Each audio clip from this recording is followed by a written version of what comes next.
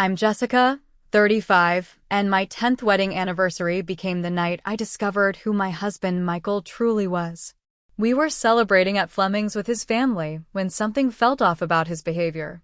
When I returned early from the restroom, I saw him drop something into my champagne.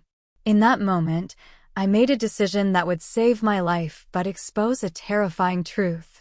If you've ever had that gut feeling something wasn't right in your relationship, let me know where you're watching from and hit subscribe. My story might just save your life. Michael and I met at a marketing conference in Chicago 12 years ago. I was presenting a case study on digital strategy while he was there representing his investment firm. Our eyes met across the crowded room during my presentation, and I noticed him nodding appreciatively at my key points. Later, at the networking reception, he approached me with 2 glasses of champagne and a compliment about my insights on consumer behavior that showed he'd actually been listening.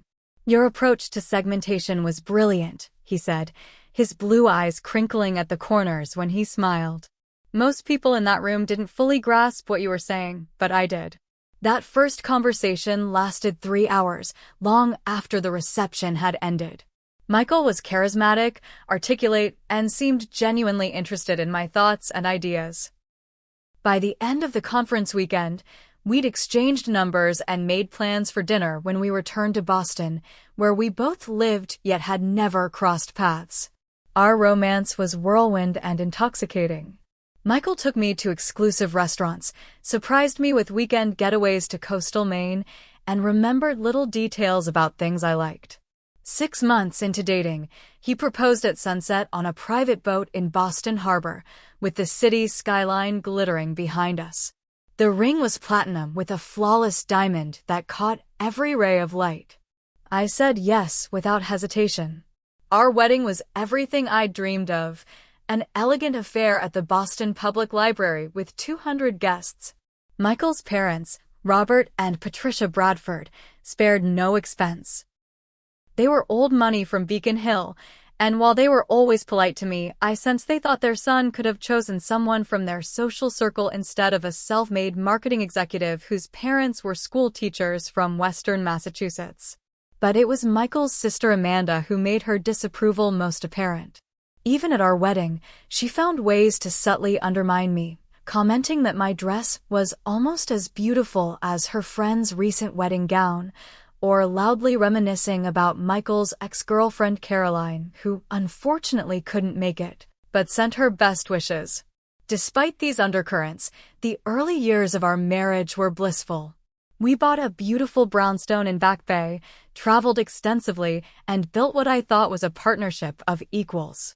Michael's career in investment banking soared, and my marketing agency attracted prestigious clients. We talked about starting a family someday, but we're enjoying our life together too much to rush. The first warning signs appeared so gradually I barely noticed them. Michael began questioning my spending, despite my substantial income. He suggested I consolidate my separate accounts into our joint ones for simplicity. When I declined, explaining I valued financial independence, he sulked for days. He began making comments about my late nights at the office, insinuating I was neglecting our marriage for my career. "I just want more time with my beautiful wife," he would say, wrapping his arms around me. Is that so wrong? Put that way, his behavior seemed like loving concern rather than control. So I started coming home earlier, turning down business trips, and declining evening networking events. Gradually, I saw less of my college friends. My weekly calls with my parents shortened as Michael would frequently interrupt with household questions or dinner plans. By our 5th anniversary, my world had shrunk considerably. I maintained my career, but my social circle consisted primarily of Michael's colleagues and their wives, most of whom seemed to exist mainly as accessories to their husband's success.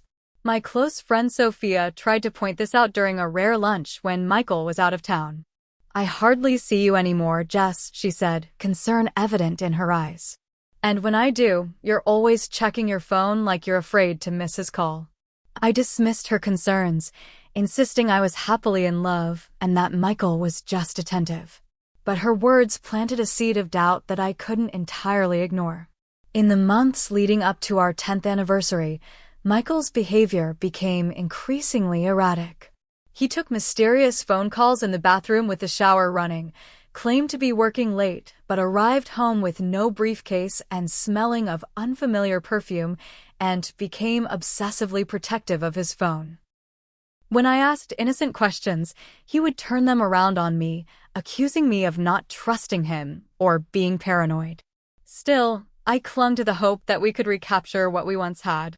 When Michael suggested a special anniversary dinner with his family at Fleming's, an upscale steakhouse, I was touched. Perhaps he was making an effort to reconnect and celebrate our milestone properly.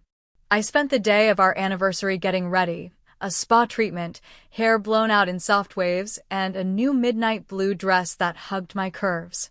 As I applied my lipstick, I studied my reflection and wondered if tonight might be a turning point for us. Maybe the distance I'd felt growing between us would close. Maybe Amanda would finally be civil to me. Maybe we could start fresh. If only I'd known what the evening would actually bring. Fleming's Steakhouse exuded old-world elegance, with its mahogany paneling, crisp white tablecloths, and ambient lighting from crystal chandeliers. Our reserved table sat in a semi-private alcove with views of the Boston Common, perfectly set for 6 people. When Michael and I arrived, the maitre d' escorted us with practiced deference, pulling out my chair with a flourish. "You look stunning," Michael whispered, his hand at the small of my back. For a moment, I felt that familiar flutter, the one I'd experienced during our early days together. His gray suit was impeccably tailored, and he'd worn the cufflinks I'd given him for his birthday. Perhaps tonight would be special after all. The hopeful atmosphere lasted approximately 7 minutes, until Amanda arrived with her husband Tyler. She air-kissed my cheeks, her lips never actually touching my skin, before embracing Michael with genuine warmth. "Happy anniversary to my favorite brother," she gushed, completely ignoring that he was her only brother. She wore a striking red dress that probably cost more than my monthly mortgage payment, her blonde hair arranged in an artful updo that made my professional blowout seem pedestrian by comparison. "Jessica," she acknowledged finally, her eyes scanning my outfit. "Blue again? You do stick with what works for you, don't you?" The comment was delivered with a smile that didn't reach her eyes.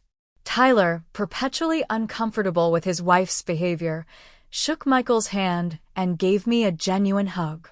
"You look beautiful, Jess," he said kindly. "Happy anniversary."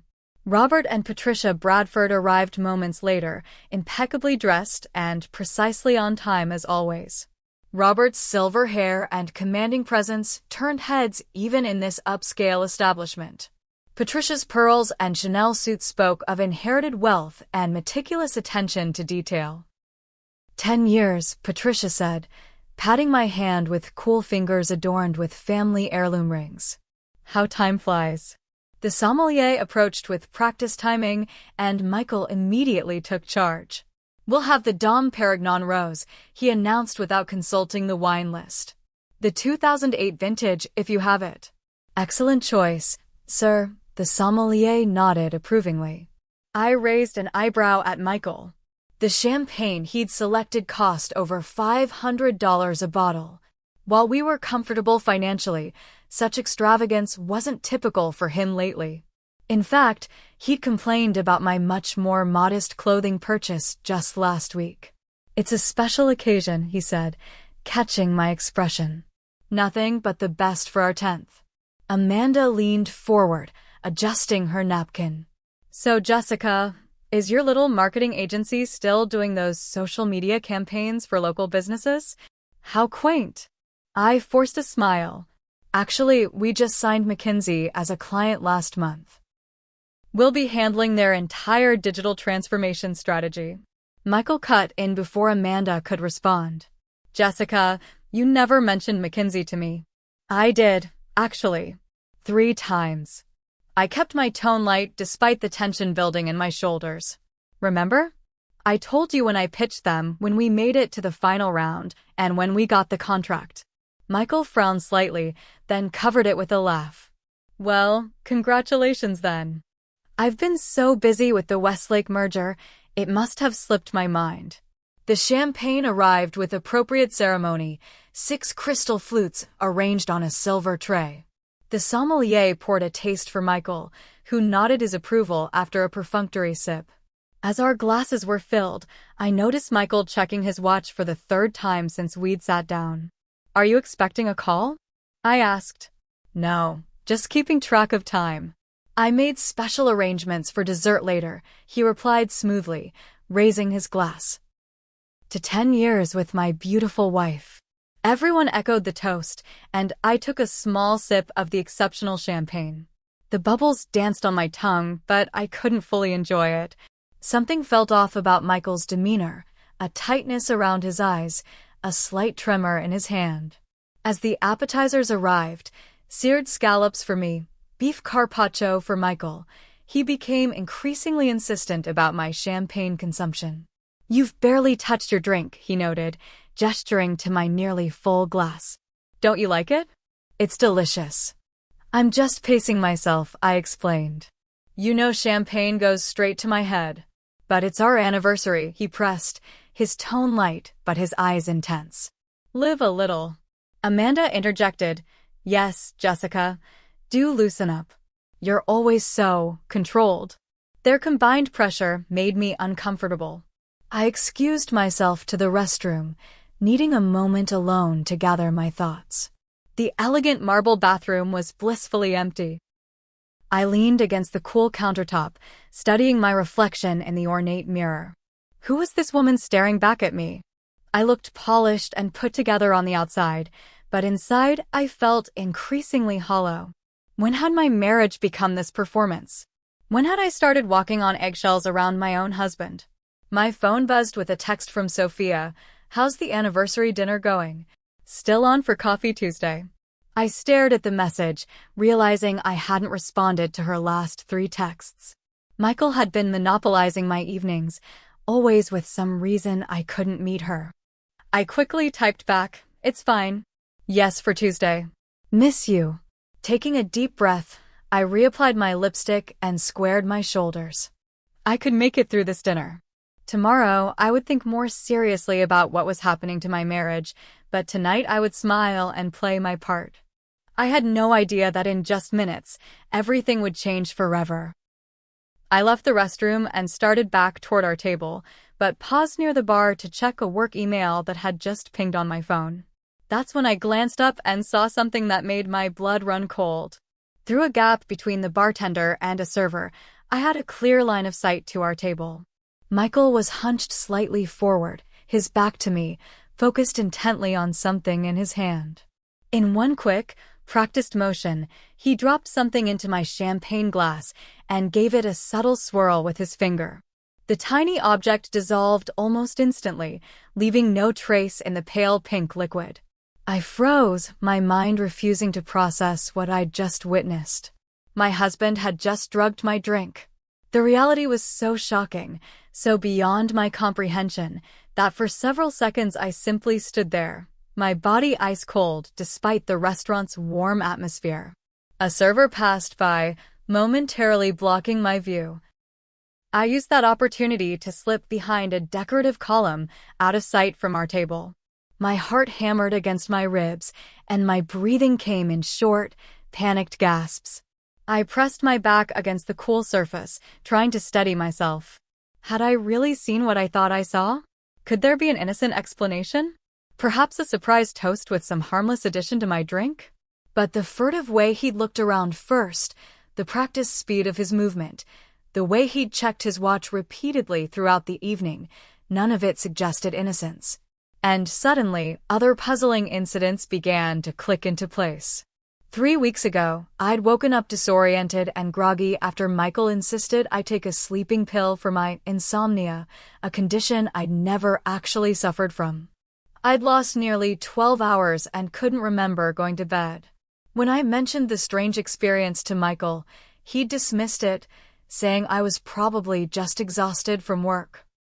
Last month, after dinner at home, I'd experienced unexpected dizziness and nausea. Michael had been solicitous, helping me to bed and saying I must have caught a stomach bug. The next morning, I discovered my grandmother's necklace missing from my jewelry box. When I frantically searched for it, Michael suggested I might have misplaced it, though I distinctly remembered wearing it the previous evening. And just last week, after Michael insisted on making me a special anniversary countdown cocktail, I'd awakened to find him going through my email on my laptop. He'd claimed he was looking for a confirmation for a surprise he'd planned.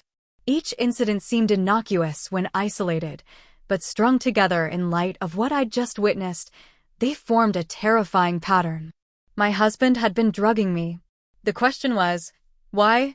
I struggled to control my breathing, to think rationally through the panic clouding my mind.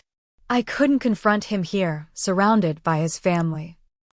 I had no proof, and they would never believe me over him. Amanda would probably suggest I was having a mental breakdown. I needed evidence, and I needed to ensure my safety. A plan began to form in my mind, imperfect, potentially dangerous, but the only option I could see. Taking a deep breath, I composed my face into a neutral expression and made my way back to the table. "Sorry for the delay," I said, sliding into my seat with a forced smile. I ran into Melissa from yoga. "You remember her, don't you, Michael?" He nodded vaguely, but I caught the flash of relief in his eyes when he saw me sit down. His gaze immediately went to my still full champagne flute. "Your champagne's getting flat," he noted casually. "Should we get you a fresh glass?" "No, this is fine," I replied, reaching for it but not drinking. I don't want to waste such expensive champagne. My eyes scanned the table and landed on Amanda's glass. She had barely touched her champagne, preferring the Cabernet she'd ordered separately. Her flute sat nearly full beside my own, the bubbles still rising through the identical rose-tinted liquid. As the main courses arrived, a medium-rare filet mignon for Michael, sea bass for me, I carefully orchestrated my movements. While everyone was distracted by the elaborate presentation of their dishes, I casually moved my hand as if reaching for the bread basket and accidentally knocked over Amanda's water glass. "Oh, I'm so sorry," I exclaimed as water spilled toward her designer dress. As she jumped up and everyone's attention focused on the small chaos, I swiftly switched our champagne glasses. The entire maneuver took less than 3 seconds. "No harm done," Robert said as servers rushed over with extra napkins. "Missed the dress completely." Amanda settled back into her seat with a huff, dabbing at non-existent water spots on her clothing. "Really, Jessica, you should be more careful."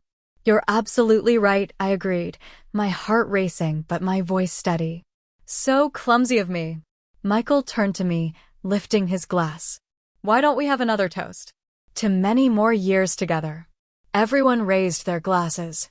I brought the untainted champagne to my lips and pretended to sip while watching Michael over the rim. His eyes were fixed on me, an intensity in his gaze that I now recognized as anticipation rather than affection. "Drink up," he encouraged with a smile that didn't reach his eyes. "It's really exceptional champagne." "It is," Amanda agreed, taking a deep swallow from what was now my drugged glass. "Though I still prefer the Cabernet."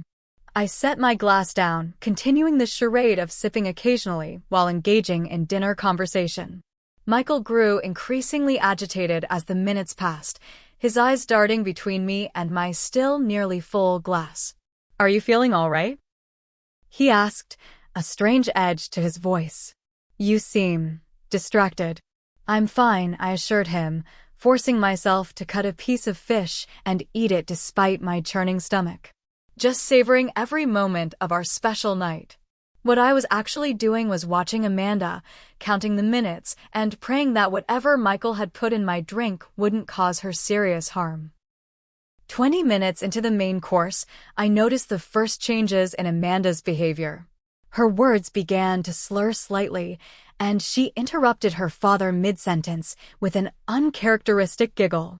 Patricia shot her daughter a disapproving glance, while Tyler looked at his wife with confusion. "Are you feeling okay, Amanda?" he asked quietly. "I'm perfectly fine," she replied, her voice louder than appropriate for the elegant setting. "Just celebrating my brother's happy marriage." She emphasized happy with exaggerated air quotes, then dissolved into another fit of giggles. Michael's face had gone pale. He stared at his sister with growing alarm, then back at me, his eyes narrowing slightly as realization dawned. I met his gaze steadily, letting him see that I knew exactly what he had done. For just a second, something cold and dangerous flashed across his features before he composed himself. "Amanda," Patricia hissed, "control yourself. People are looking." Indeed, several nearby diners had glanced our way. Amanda's behavior was becoming increasingly erratic. She swayed slightly in her seat, her coordination visibly impaired. "I don't feel so good," she mumbled, knocking over her water glass, this time for real. The room is spinning. While everyone's attention focused on Amanda, I discreetly pulled out my phone beneath the table and began recording audio. I needed evidence of what was happening. "Perhaps you've had enough wine," Robert suggested, reaching for her Cabernet. "I barely had any wine," Amanda protested, her words running together. "Just the champagne. Michael's fancy anniversary champagne." She turned toward me, her eyes struggling to focus. "You didn't drink yours." "Smart girl. Always so careful." Michael intervened smoothly. "Amanda clearly isn't feeling well. Perhaps she should get some air. Tyler, would you take her outside for a moment?" "I think she needs more than air," Tyler said, concern evident in his voice as Amanda slumped against him. "Her pupils are dilated, and she's burning up. This isn't just alcohol." Patricia placed a cool hand on her daughter's forehead. "She does have a fever.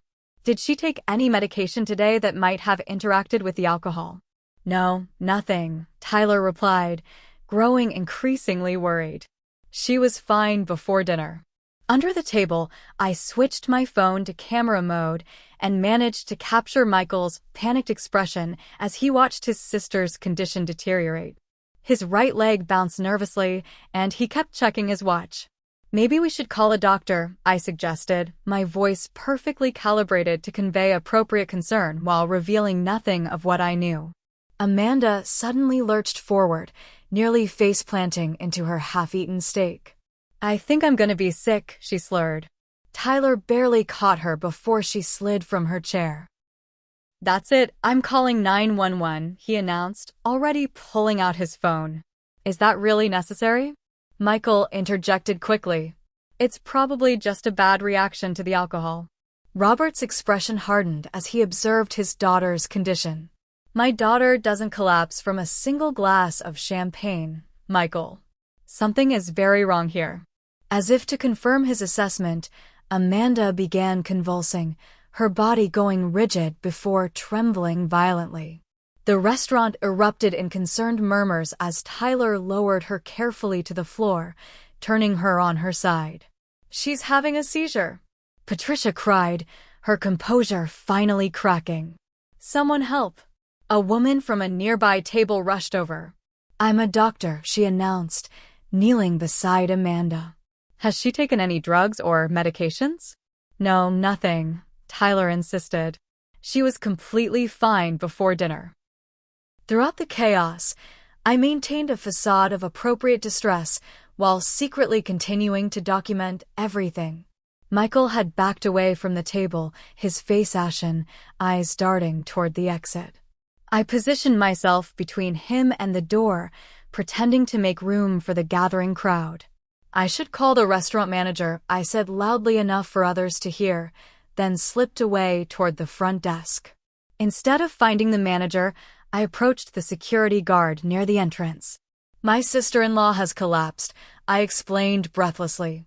"And I have reason to believe my husband drugged her drink. It was meant for me. Do you have security cameras covering our table?" The guard, a former police officer named Ethan according to his name tag, assessed me quickly. "We do. Section C, Table 12. Yes, that's us. Please, I need to see the footage from the past hour. It's literally a matter of life and death." Something in my desperate expression must have convinced him. "Come with me," he said, leading me to a small security office. On the monitors, we quickly located our table and rewound the footage. There it was, clear as day, Michael leaning over my drink when he thought no one was looking. The guard's expression hardened. "I'm calling this in right now," he said, reaching for his radio. "The paramedics are already on their way for your sister-in-law, but we'll need police as well." "Thank you," I whispered, my composure finally cracking as the reality of what had just happened, what had almost happened to me, sank in. As I returned to the dining room, paramedics were already loading Amanda onto a stretcher. Her condition had stabilized, but she remained unconscious. Patricia was crying quietly while Robert demanded answers from the restaurant staff. Tyler prepared to follow the paramedics to the hospital. And Michael stood alone, watching it all unfold with the expression of a man seeing his carefully constructed world crumble before his eyes. The restaurant had descended into controlled chaos. Other diners watched with a mixture of concern and morbid fascination as Amanda was wheeled out on a stretcher, an oxygen mask covering her face. Tyler followed close behind, his expression haunted as he clutched his wife's purse and phone. "I'll meet you at Massachusetts General," Patricia called after him, hastily gathering her things. She turned to Michael and me, tear tracks marring her perfect makeup. "We should go too. Family needs to stick together in crises." I noticed Michael inching toward the exit, his body language screaming flight. Before he could make his move, 2 police officers entered the restaurant, accompanied by the security guard I'd spoken with. Their purposeful stride toward our table told me everything I needed to know. "Michael Bradford?" the female officer asked, her hand resting casually near her holster. Michael straightened, switching instantly to the charming, confident persona I'd once fallen in love with. "Yes, that's me. Is this about my sister? We're just heading to the hospital now." "Sir, we need to ask you some questions first," the male officer said. "We have reason to believe a criminal act may have occurred here tonight." Patricia gasped. "What are you talking about?" "My daughter had some kind of medical episode." "What does that have to do with Michael?" The security guard, Ethan, stepped forward. "Ma'am, we have video evidence that your son tampered with a drink at this table earlier this evening." All eyes turned to Michael, whose facade cracked momentarily before he recovered. "This is absurd. I did no such thing." I stepped forward, my voice steadier than I expected. "The drink was meant for me. I saw him put something in my champagne when I was coming back from the restroom. I switched glasses with Amanda when no one was looking. I never thought she would drink it instead." Robert's face had gone from confused to thunderous. "What is she talking about, Michael?" "She's clearly hysterical," Michael countered smoothly. "Making wild accusations because she's upset about Amanda." The female officer, whose nameplate read Detective Rivera, turned to me. "Ma'am, you're saying you witnessed your husband put something in your drink and then you deliberately switched it with someone else's?" Put that way, my actions sounded terrible. Shame flooded me as I realized I'd endangered Amanda, whatever my reasons. "Yes, I panicked. I should have just confronted him or spilled the drink, but I was scared. I didn't think she would actually drink it." "We have it all on security footage," Ethan added. "Both the tampering and the glass switch." Detective Rivera nodded to her partner, who moved to stand beside Michael. "Sir, we're going to need you to come down to the station to answer some questions." "This is ridiculous," Michael sputtered, his cool composure finally cracking. "Jessica is making this up.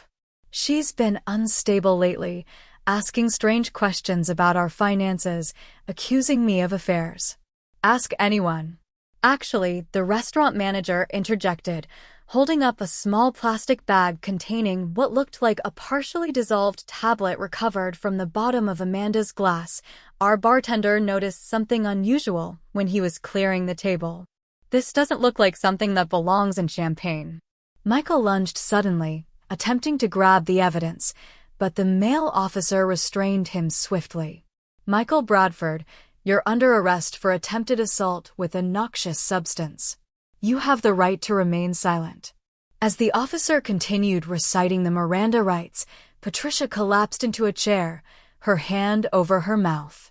Robert stood frozen, his expression cycling through disbelief, rage, and devastation. Jessica, he finally said, turning to me. Is what you're saying true? Michael tried to drug you. I nodded, unable to speak past the lump in my throat. The reality of what had almost happened, what my husband had intended to do to me, hit me with full force. Why? Patricia whispered, her voice barely audible. Why would he do such a thing?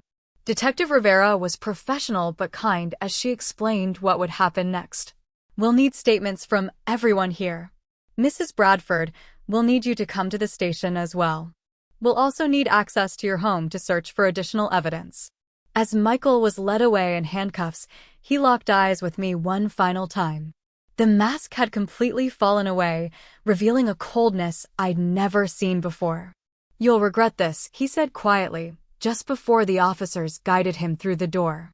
The restaurant manager provided a private room where Detective Rivera took my initial statement. I recounted the events of the evening, my growing suspicions over recent months, and the previous incidents that now seemed sinister in retrospect. Do you have any idea why your husband might want to drug you? She asked, her pen poised above her notepad. I shook my head slowly. Not for certain. But recently, I discovered he'd taken out a large life insurance policy on me without my knowledge. I found the paperwork while looking for a tax document. When I asked him about it, he said it was standard estate planning that his financial advisor had recommended. Detective Rivera's expression remained neutral, but I saw her write something and underline it twice. We'll look into that. In the meantime, is there somewhere safe you can stay tonight? A friend or family member? I thought of Sophia, the friend I'd neglected for too long. Yes, I have someone I can call. Good. An officer will escort you to collect some essential items from your home after we've conducted an initial search. Do not go alone under any circumstances. As I sat there in the quiet room, watching police officers gather evidence and take statements from the Bradford family, the enormity of what had happened, and what had almost happened, washed over me. My marriage, my sense of safety, my entire reality had shattered in a single evening. My phone buzzed with a text from the hospital. It was Tyler, Amanda's stable. Doctors say it was Rohypnol. A lot of it. They're keeping her overnight for observation. What the hell is going on, Jessica? I stared at the message, unable to formulate a response that could possibly explain the inexplicable. How could I tell him that his brother-in-law had intended to drug his own wife, and that I had inadvertently made Amanda the victim instead? As if sensing my distress, Detective Rivera placed a gentle hand on my shoulder. One step at a time, Mrs. Bradford. Right now, you're safe, and that's what matters most. But as police officers photographed the crime scene and bagged evidence, as waitstaff whispered behind their hands, as Robert comforted a weeping Patricia, I couldn't feel safe. Not yet. Because one question kept echoing in my mind. What had Michael planned to do to me once I was unconscious? The next 48 hours passed in a blur of police interviews, evidence collection, and shocking revelations. Detective Martinez, not Rivera as I'd initially thought, became a constant presence, her calm professionalism a stabilizing force as my world continued to unravel. I stayed with Sophia, who had immediately cleared her guest room when I called that night from the police station. She asked no questions when I arrived with a police escort at midnight, my eyes swollen from crying, clutching a small overnight bag. She simply hugged me, made tea, and sat with me until I could finally speak. My husband tried to drug me, I whispered, the words sounding surreal even as I said them. On our anniversary, with his whole family watching. Sophia's expression shifted from shock to fierce protectiveness. You're staying here as long as you need. No arguments. The next morning, Detective Martinez arrived with news. The preliminary toxicology report confirmed that the substance in Amanda's system was indeed Rohypnol, a powerful sedative known as a date rape drug at a dangerously high dose. If your sister-in-law had finished that champagne, Martinez explained carefully, she could have stopped breathing. The amount we found suggests your husband wasn't just trying to incapacitate you, Jessica. This was potentially lethal. I pressed my hands against my mouth, trying to suppress a wave of nausea. Michael hadn't just wanted to drug me, he'd wanted to kill me. We've executed a search warrant on your home, Martinez continued. We found a significant quantity of various sedatives hidden in your husband's home office, along with financial documents you should know about. Those documents revealed the extent of Michael's deception. He had taken out not one but 3 life insurance policies on me over the past year, totaling $5 million. Our joint investment accounts had been systematically drained, with millions transferred to offshore accounts in his name only. Even more disturbing was what they found on his laptop and phone. Michael had been conducting an affair with his colleague Vanessa for over 18 months. Their text messages revealed not just infidelity, but a carefully constructed plan. "I can't wait to start our new life together," Vanessa had written 3 weeks ago. "Once she's gone, the insurance money will set us up beautifully." Michael had responded, "Anniversary dinner is the perfect opportunity. Her death will look like a tragic accident or medical event. No one will suspect anything."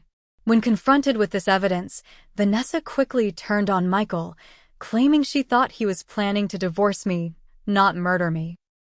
She provided prosecutors with additional evidence in exchange for immunity, including recordings of conversations where Michael explicitly discussed his plan to drug me, stage an accident, and collect the insurance money. For days after the restaurant incident, I sat in attorney Catherine Wong's office, still struggling to process everything. Catherine specialized in both divorce and criminal cases involving domestic violence. Her reputation for fierce advocacy made her office feel like the first truly safe space I'd encountered since that night.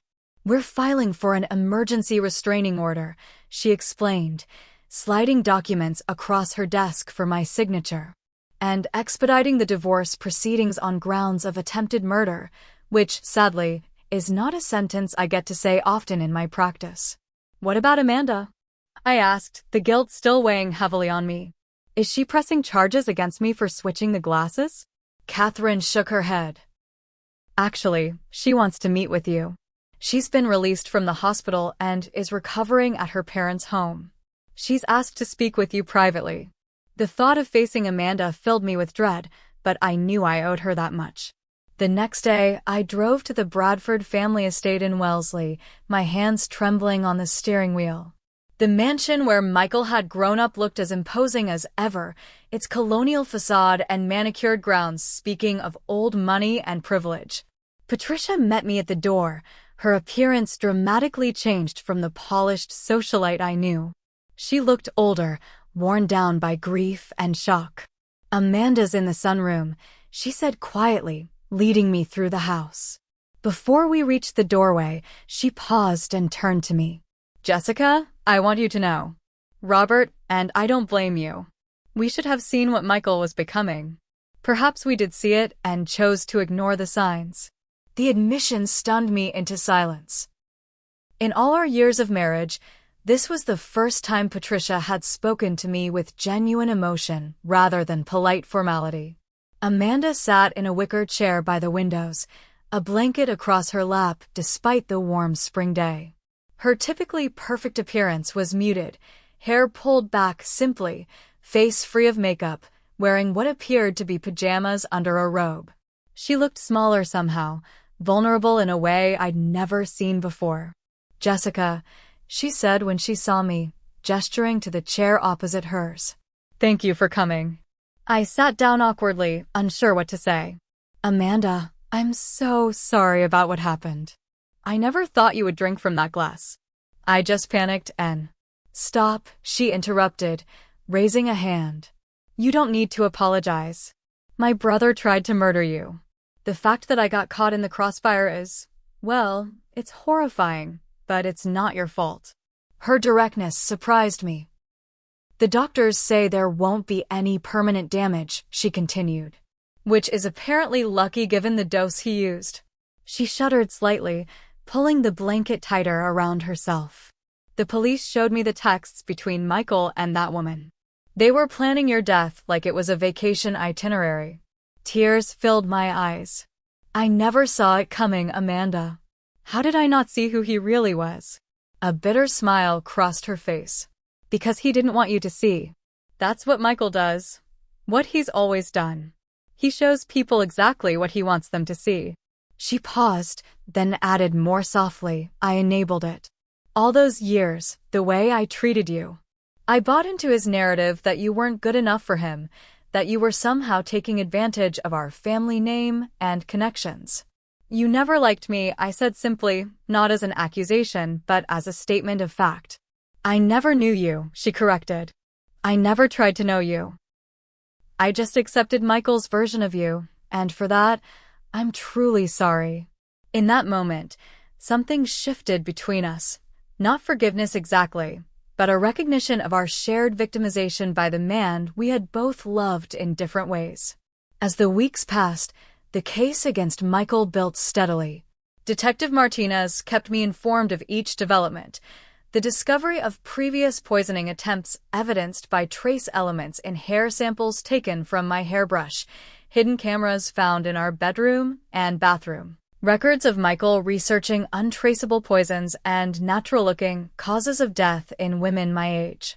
The most chilling discovery came when police found a detailed timeline in Michael's personal email drafts, outlining exactly what he planned to do with my body after I lost consciousness at the restaurant. He had reserved a cabin in the Berkshires under a false name, prepared with plastic sheeting, chemicals, and digging tools. Through it all, I underwent therapy with Dr. Roberts, a specialist in trauma and betrayal. In those sessions, I began the painful process of reconstructing my understanding of my decade-long marriage. Had any of it been real? Had Michael ever truly loved me, or had I simply been a convenient mark for a calculating sociopath? The person you married didn't exist, Dr. Roberts explained gently. You fell in love with a carefully constructed facade. The grieving you're experiencing is real and valid, but it's important to understand that you're not grieving the loss of Michael. You're grieving the loss of who you thought he was. 6 months after that fateful anniversary dinner, as Michael awaited trial in custody after being denied bail, I found myself in the unlikely position of having coffee with Amanda at a small cafe in Cambridge. Our newly forming friendship was tentative but genuine, built on the shared experience of having our illusions about Michael shattered in the most traumatic way possible. The prosecutors say it's an airtight case, Amanda told me, stirring her latte absently. Between the video evidence, the toxicology reports, the financial paper trail, and Vanessa's testimony, he's facing 20 to life. I nodded, still unable to fully reconcile the Michael I thought I knew with the man capable of such calculated evil. I keep wondering if there were signs I missed. Moments when the mask slipped that I explained away. Amanda reached across the table and squeezed my hand, a gesture that would have been unimaginable a year ago. We both missed them, Jessica. Because we both loved him in our different ways. That's not our failure. It's his betrayal. As we sat there, two women rebuilding our lives from the wreckage one man had created, I realized that through this nightmare, I had gained something unexpected, the sister I never had. And together, we would ensure that Michael Bradford never had the opportunity to harm anyone else again. 1 year after that fateful anniversary night, I stood in my new apartment in Cambridge, watching autumn leaves swirl past my window. The space was entirely mine, chosen by me, decorated by me, a sanctuary that had never known Michael's presence. I'd sold the brownstone in Back Bay, unable to feel comfortable in rooms where I now knew hidden cameras had once recorded my most private moments. My therapy sessions with Dr. Roberts continued, though we'd reduced them to bi-weekly rather than twice a week. The nightmares had become less frequent, and I no longer flinched when my phone rang unexpectedly or when someone approached me from behind in public places. Small victories, Dr. Roberts called them. Stepping stones on the path to healing. Recovery isn't linear, she reminded me often. Some days will feel like backsliding, but that doesn't erase your progress. On this particular morning, I was preparing for Michael's sentencing hearing. The trial had concluded 3 weeks earlier with a guilty verdict on all counts: attempted murder, assault with a noxious substance, fraud, conspiracy, and a host of financial crimes discovered during the investigation. Today, he would learn his fate. A soft knock at my door announced Amanda's arrival. Our unlikely friendship had deepened over the months, forged in the fire of shared trauma and recovery. "Ready?" she asked when I opened the door. She looked nervous, but determined in a simple navy dress, a far cry from the designer outfits and perfect makeup she'd once considered essential for public appearances. "As I'll ever be," I replied, grabbing my purse and the victim impact statement I'd worked on for weeks. In the courthouse, we sat together in the front row, flanked by Sophia on one side and Tyler on the other. Robert and Patricia had chosen to submit written statements rather than attend in person. The toll on their health, particularly Robert's, had been severe. He'd aged a decade in a single year, his once commanding presence diminished by the shame and grief of his son's crimes. When Michael was led in wearing an orange jumpsuit, handcuffed and escorted by officers, I forced myself to look directly at him. The man I'd once loved, once built a life with, once trusted completely, now appeared smaller somehow. His eyes met mine briefly before sliding away, unable to maintain contact. The judge, a stern woman in her 60s with silver-streaked hair, reviewed the case details before inviting me to speak. As I approached the podium, my prepared statement clutched in trembling hands, I took a deep breath and looked not at Michael, but at the wall just above his head. "Your Honor, 1 year ago, I believed I was celebrating a milestone of love and partnership. Instead, I discovered the depth of betrayal possible from the person I trusted most in this world. Michael didn't just attempt to take my life. He stole years of it through deception, manipulation, and psychological abuse that I'm only now beginning to fully understand." My voice grew stronger as I continued, detailing not just the events of that night, but the insidious way Michael had isolated me from friends and family, controlled our finances, and gradually eroded my independence and self-confidence. The woman who switched those glasses a year ago was desperate and terrified, acting on instinct rather than reason. I regret the harm that came to Amanda, but I will never regret the actions that ultimately saved my life and exposed the truth. I turned slightly, finally allowing myself to look directly at Michael. "I don't hate you anymore. That's the most surprising part of this journey. Hatred would keep me tethered to you, and I choose freedom instead. What I feel now is pity. Pity for someone so empty inside that destroying others became your purpose." When I returned to my seat, Amanda squeezed my hand.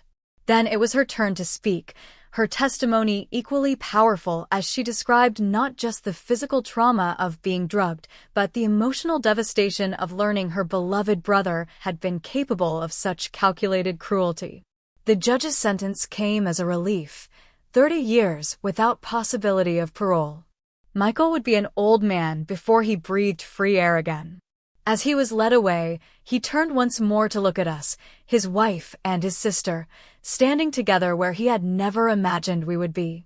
Whatever he might have said was lost as the door closed behind him, removing him from our lives as decisively as his actions had removed him from our hearts. Outside the courthouse, reporters clustered with microphones and cameras.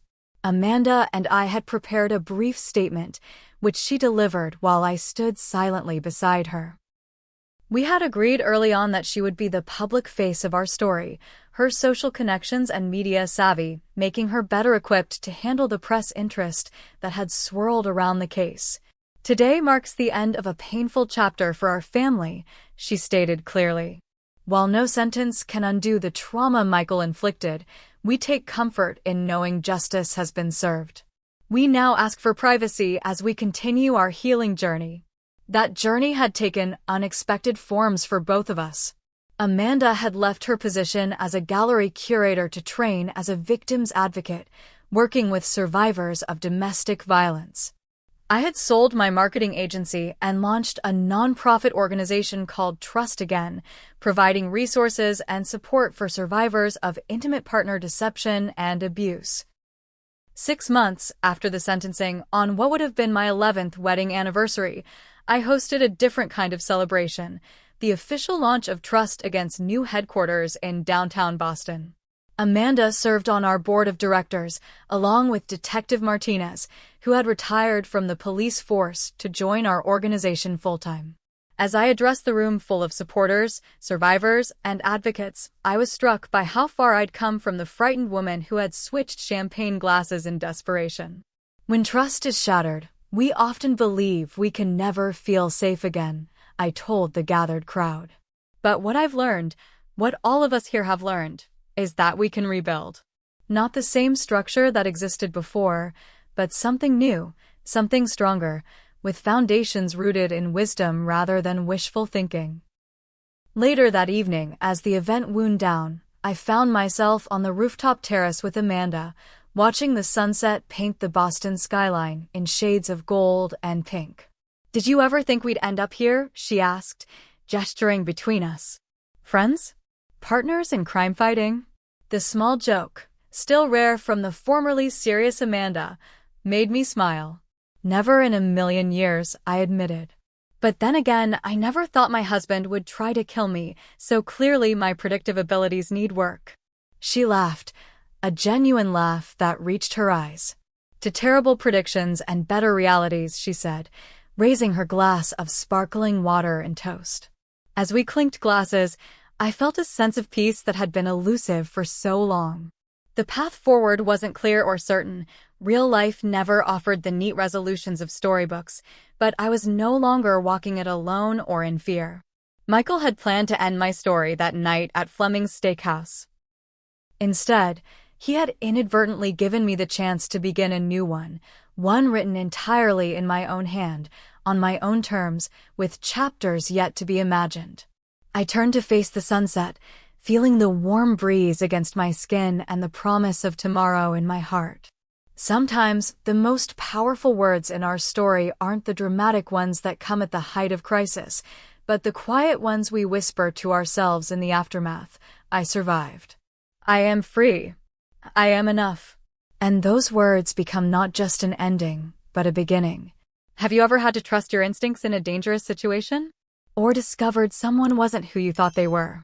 Share your experiences in the comments below. If this story resonated with you, please like, subscribe, and share it with someone who might need to hear that healing is possible even after the deepest betrayals. Thank you for listening to my story, and remember, trust your gut, document everything, and never be afraid to rewrite your ending.